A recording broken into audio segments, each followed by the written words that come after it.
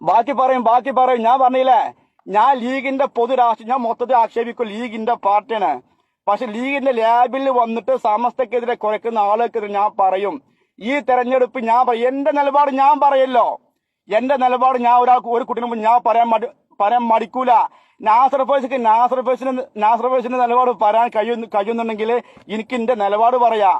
പൊന്നാനിയിലും മലപ്പുറത്തും ലീഗ് തോറ്റാലും ജയിച്ചാലും ഇന്നെക്കൊണ്ട് ചെയ്യാൻ കഴിയും ഞാൻ ചെയ്യും. ലീഗിനെതിരെ ഞാൻ ഈ സമയത്ത് പ്രവർത്തിക്കും. എന്നെക്കൊണ്ട് കഴിയുന്ന 100 വോട്ടുണ്ടെങ്കിൽ ഞാനത് ലീഗിനെതിരെ തിരിക്കാൻ ഞാൻ ശ്രമിക്കും. ഇതുപോലെ ഓരോരുത്തരും ശ്രമിക്കണം. രഹസ്യമായിട്ട് പറ്റും അങ്ങനെ ചെയ്യാ, പരസ്യമായിട്ട് പറ്റും അങ്ങനെ ചെയ്യാ. ഇൻഷാല്ലാ ഒരു കുട്ടിനും പേടിക്കണ്ടാന്ന്. അള്ളാഹു നമ്മൾ കൂടെ ഉണ്ടോ. സമസ്ത സത്യല്ലേ, സമസ്ത ദീന്റെ നേരൂപല്ലേ. നിങ്ങൾക്ക് അങ്ങനെ വിശ്വാസമില്ലേ? വിശ്വാസം വേണം നമുക്ക് അല്ലേ? ഇൻഷാല്ലാ. അപ്പൊ തരയിരിക്കുമ്പോ ഈ വാലാടുന്ന ആ സ്വഭാവം ശരിയല്ല. ആരും ഇവിടെ ഓട് പൊളിച്ചു വന്നിട്ടുമില്ല.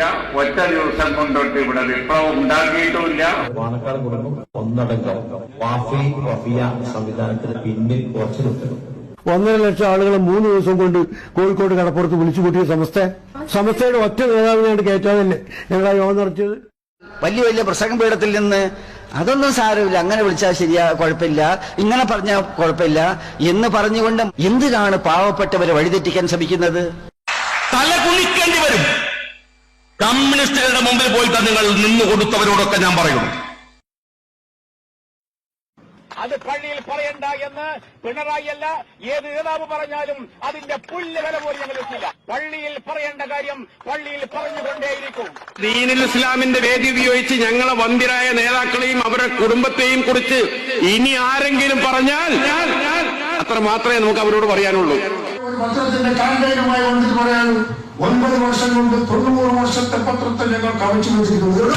ഇവർക്ക്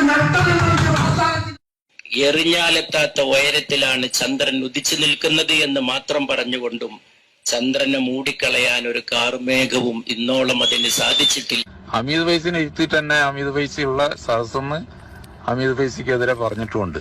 ഷവറെന്ന് പറഞ്ഞാൽ തന്നെ ഇപ്പൊ വക്കോട്ട് ജോലിയൊക്കെയാണുള്ളത്. സാത്വികരായിട്ട് ആരുമില്ല. മറുപടി അറിയാൻ നമുക്ക് പറ്റില്ല. പാർട്ടിക്ക് ഇപ്പൊ അതിന് സമയമില്ല. അതിന്റെ കൊമ്പും ചില്ലയും മുറിക്കാൻ വേണ്ടി ആരും തന്നെ തയ്യാറാവേണ്ടതില്ല. അങ്ങനെ ചെയ്താൽ ശിർക്കാവില്ല, ഇങ്ങനെ ചെയ്താൽ ശിർക്കാവില്ല, ഇന്നതുമായി വിളിച്ചാൽ ശിർക്കാവില്ല എന്ന് പറഞ്ഞിട്ട് അതിന് എന്തിനാണ് ലളിതവൽക്കരിക്കുന്നത്? മുഖ്യമന്ത്രിയുടെ ഒരു ഫോൺ കോൾ കിട്ടിയാൽ എല്ലാമായി എന്ന് വിചാരിക്കുന്ന ആളുകളും നമ്മുടെ സമുദായത്തിലും ന്യൂനപക്ഷ സമുദായത്തിലൊക്കെ ഉണ്ട്. അഖിമുത്താലൊക്കെ വരുത്തിയിട്ടുള്ള മാറ്റം എന്താണ്? എത്ര മഹോന്നതമാണ്! ആരെങ്കിലൊക്കെ വലിയ വിഷമവും പ്രയാസവും ഉണ്ടാക്കിയിട്ട് മായ്ച്ചു കളഞ്ഞാൽ മായ്ച്ചു കളയാവുന്നതല്ല. ഷജറയുടെ കൂട്ടത്തിൽപ്പെട്ട ഒരുത്തനും എന്നെ ഞാനാക്കിയതിൽ ഒരു പങ്കുമില്ല. വല്ല പങ്കും ആരെങ്കിലും ഞാൻ അറിയാതെ വഹിച്ചിട്ടുണ്ടെങ്കിൽ നിങ്ങളങ്ങ് പിൻവലിച്ചാളി. നമ്മുടെ ഇടയിൽ ഒരു പുതിയ ശത്രു ഇങ്ങനെ മുളച്ചു വരുന്നുണ്ട്. അതിന് നേതാവ് അബ്ദുൽ ഹമീദ് ഫൈസി അമ്പലക്കട കടുത്ത ലീഗ് വിരോധികളാണ്. ഒരു 4-5 ആൾക്കാരുണ്ട്, പേര് പറയേണ്ട സമയത്ത് ഞാൻ പറയാം. CPM-ന്റെ സ്റ്റേജിൽ പോയി പറഞ്ഞോ? ആ സ്റ്റേജിൽ പോകാനൊന്നും മടിയില്ലാത്ത ആൾക്കാരുണ്ടല്ലോ കൂടുതൽ. ഈ ഫിയാമിന്റെ മേൽ പറയണ്ട, കഥ പറയാതിരിക്കുക നല്ലത്. കാരണം പിണറായി വൈകുന്നേരം ആയാലും തണുപ്പാൻ വിളിക്കാണ് സെക്രട്ടറി തണുപ്പാ മീമാമിക്കണ ഇങ്ങനെയാണ് അത്രയും എടുത്തോണ്ട് കൊടുത്തേക്ക. പട്ടിക്കാട് ജാമ്യത സമ്മേളനം ആരംഭിക്കാൻ പോകുന്നു. അവിടെയുള്ള യുവ നേതാക്കളെ വെട്ടി എന്ന് പറഞ്ഞൊരു ആരോപണം സമസ്ത വിഭാഗം ഉന്നയിക്കുന്നുണ്ട്. മുമ്പ് പ്രഭാഷകരായുണ്ടായിരുന്ന ആളുകളൊന്നും ഇത്തവണ ലിസ്റ്റിലില്ല എന്നുള്ളതാണ് ഉന്നയിക്കുന്ന ആരോപണം. ഞാൻ കേട്ടില്ല. സമസ്ത ലീഗില്ലാതെ സമസ്ത പ്രവർത്തിച്ചിട്ട് മുസ്ലിം സമുദായത്തിന് എന്താ നേടിയെടുത്തത്?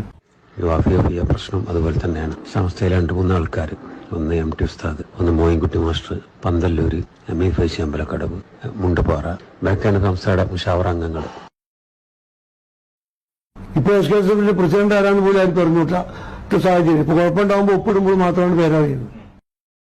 CSCയുടെ കീഴിലുള്ള വഫിയ സംവിധാനം ഈ വർഷത്തെ വിവിധ കോഴ്സുകളിലേക്കുള്ള അഡ്മിഷൻ ആരംഭിച്ചിട്ടുണ്ട്. BJP also got after triple talaq all the Muslim women are with you.